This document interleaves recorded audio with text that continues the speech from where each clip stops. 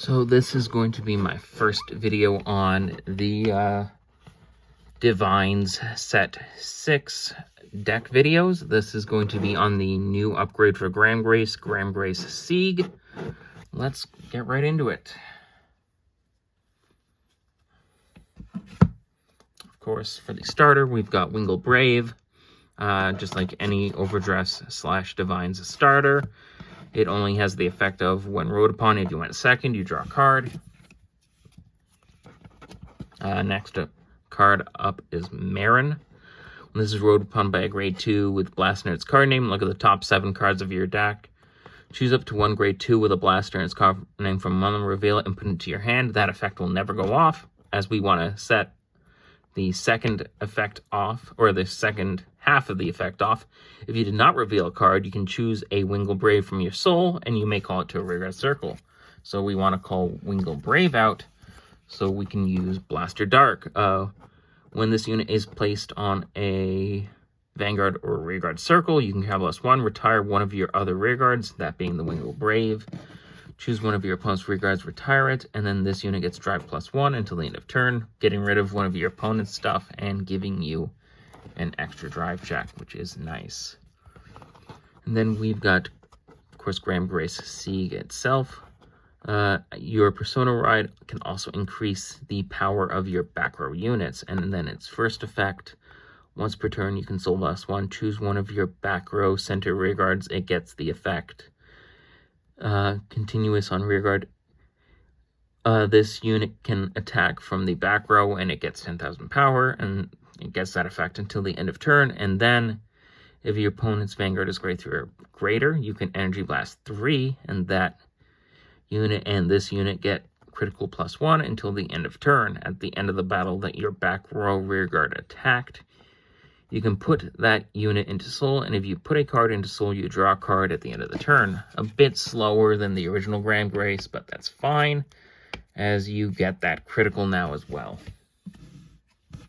Of course, 3 more copies of Gramgrace Sieg.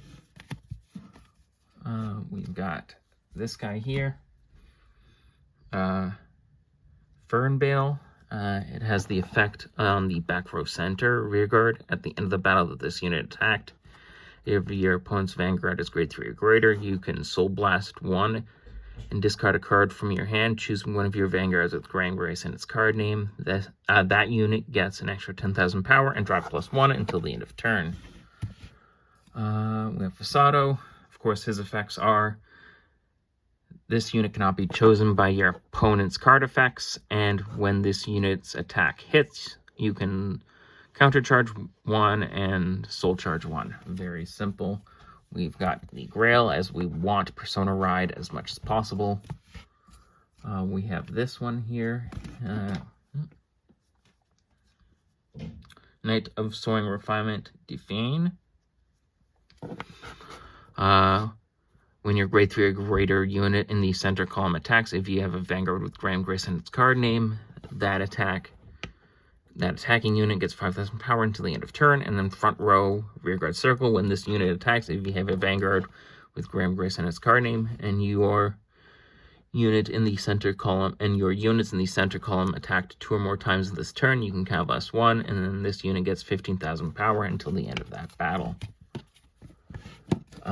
We have, of course, the Gun Cycler for Keter Sanctuary, Divine Sister Biscotti.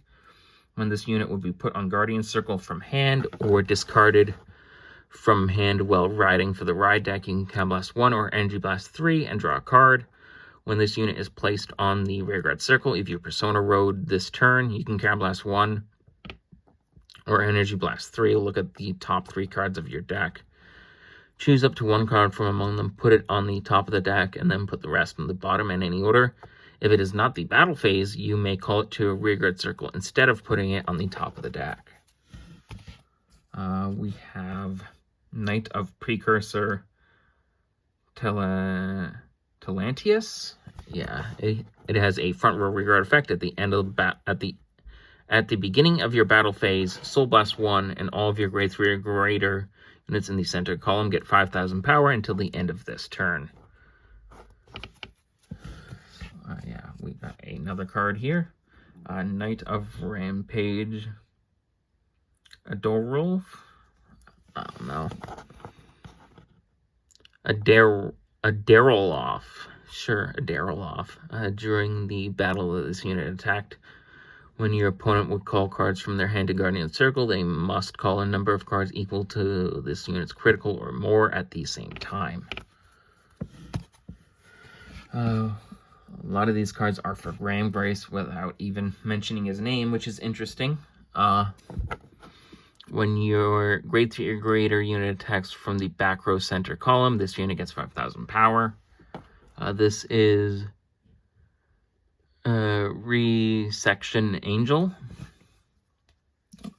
We have this card here, Magic of Purification Fupri. When this unit boosts, if your Vanguard is grade 3 or greater, you may soul charge 1. We need a lot of soul in this deck, especially in this version of Gramgrace, so I put her in it. We, of course, have 4 PGs. Of course, you drop 1 for Elementaria Sanctitude if you have that. I have them. They're just in other decks right now. And I honestly just didn't feel like looking for it right now at the moment. 4 criticals, of course, you make this the effect ones if you want them to be. Just didn't really feel like Gramgrace needed it, as you do your own soul charging as is. But of course, you put those in if you absolutely want to. 3 of the non-effect criticals, of course, you can make any choice for the critical art that you want. I just went with what I had laying around for Gramgrace. For the fronts, or you can go with for the draws. Honestly, it doesn't matter. I'd probably go for the draws personally, but I have the draws and something else right now. So for now, we've got the fronts. They give you a lot of defense and put more power behind your attacks, but in this build for Gramgrace, I'd probably go for the draws more.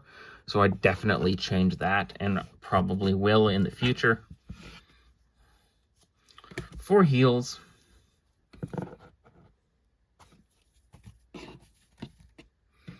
and, well, I finally have it. I have an Eidos Varo. I have it going between a lot of my decks right now. This is the only one I have. Since we haven't gone over Eidos Varo on this channel before, it's an overtrigger. It's got the regular overtrigger effect where it can give a unit 100 million power, but its additional effect is choose a card from your drop, put it into your hand, and then choose one of your units, and it gets a critical until the end of turn. Very strong. And that is it for Gramgrace Sieg. I hope you enjoyed this one. It was a little quicker than I thought it was going to be. I had done this video earlier in the day, but it turned out horribly. So I kind of just wanted to get it out there. And I hope you enjoyed it. Either way. Next up, we should probably have Vermilion or Maelstrom, either one, whichever one I feel like. See you then.